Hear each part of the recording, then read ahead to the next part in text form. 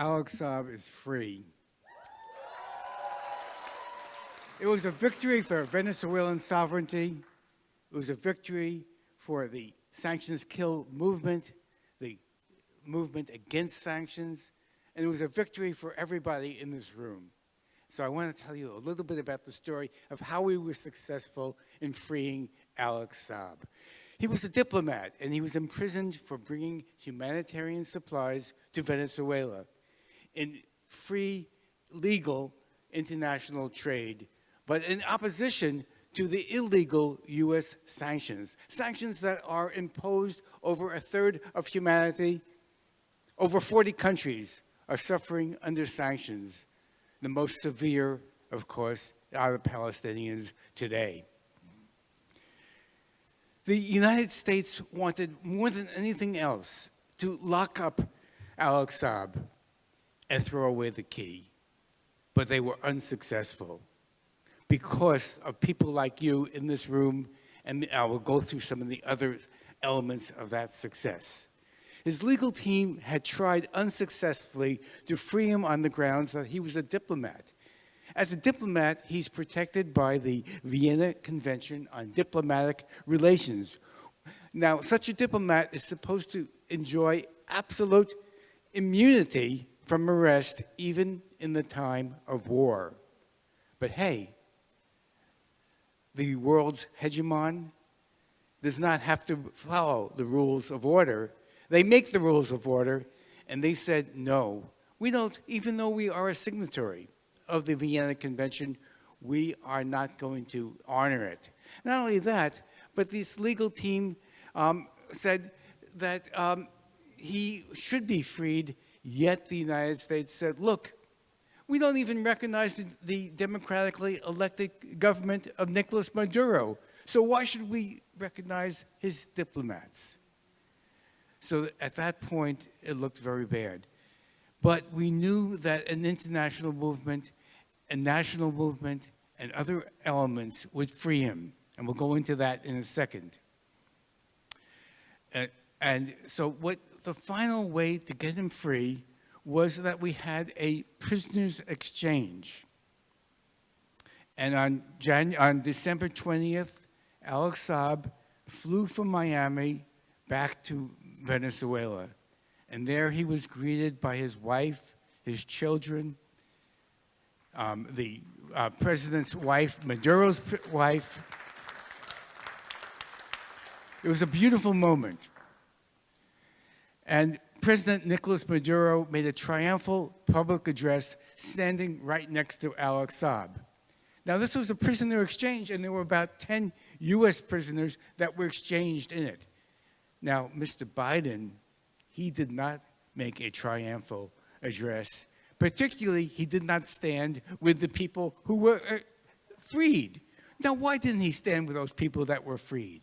Well, for one thing, the big ticket item was this guy named Fat Leonard. And probably most of you don't know about Fat Leonard, but he was involved in a corruption scandal that implicated 60 U.S. admirals in the Navy, and they wanted him back really badly.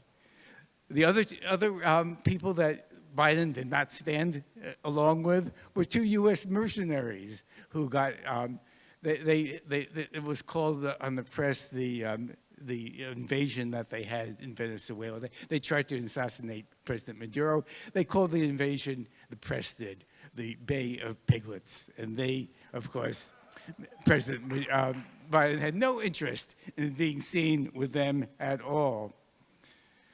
So the emancipation of Alex Saab was very similar to the emancipation of the Cuban Five. How many of you have heard of the 5 Cuban heroes as they've known in Cuba? Yes, and I'm sure many of you worked on that as well. The 5 Cuban heroes had infiltrated terrorist groups in Miami area, and they were planning attacks on Cuba. So when the Cubans told the United States that there were terrorists in the United States, what the United States did was they arrested the Cuban 5 rather than arresting the terrorists, which is par for the course. That was in 1998, and President Fidel Castro said they would be freed, and they were freed. And in a similar reason, a similar matter, that Alex Saab was freed. There were 4 elements to the successful campaign of Alex Saab. First was the remarkable resoluteness of Alex Saab. And my comrade, William Kamacaro, who just recently visited with Alex Saab, will be telling you about that story. 2 was the mobilization of the entire Venezuelan nation in behalf of Alex Saab. 3 was the international movement of which we were the part.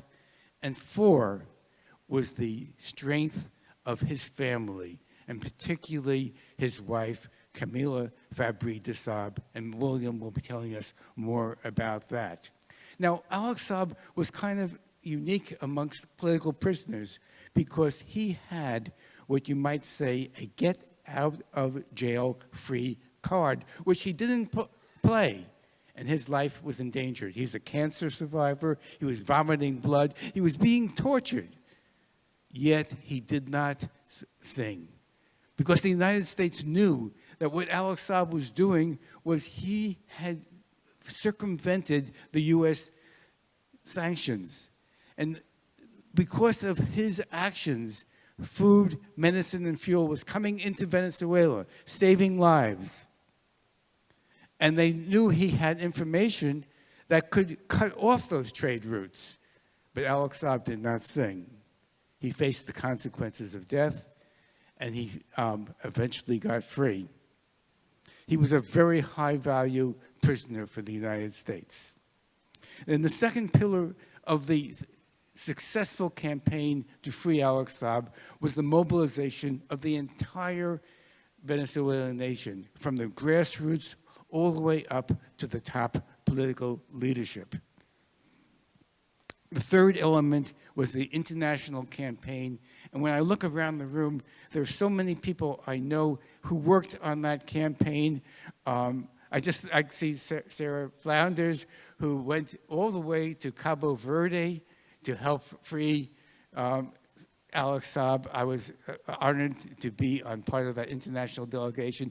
And there's so many of you that probably I don't know, and that shows how strong that campaign was. Then the fourth pillar of strength of Alex Saab, the one that was really, all 4 were very important, but was his family, and particularly his wife, Camila Fabry de Saab. She was a young mother, less than 30 years old, with two very young children.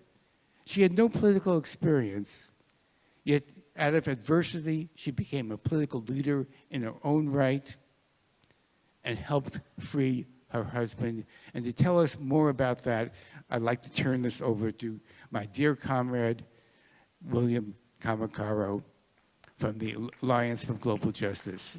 Alex Saab is free.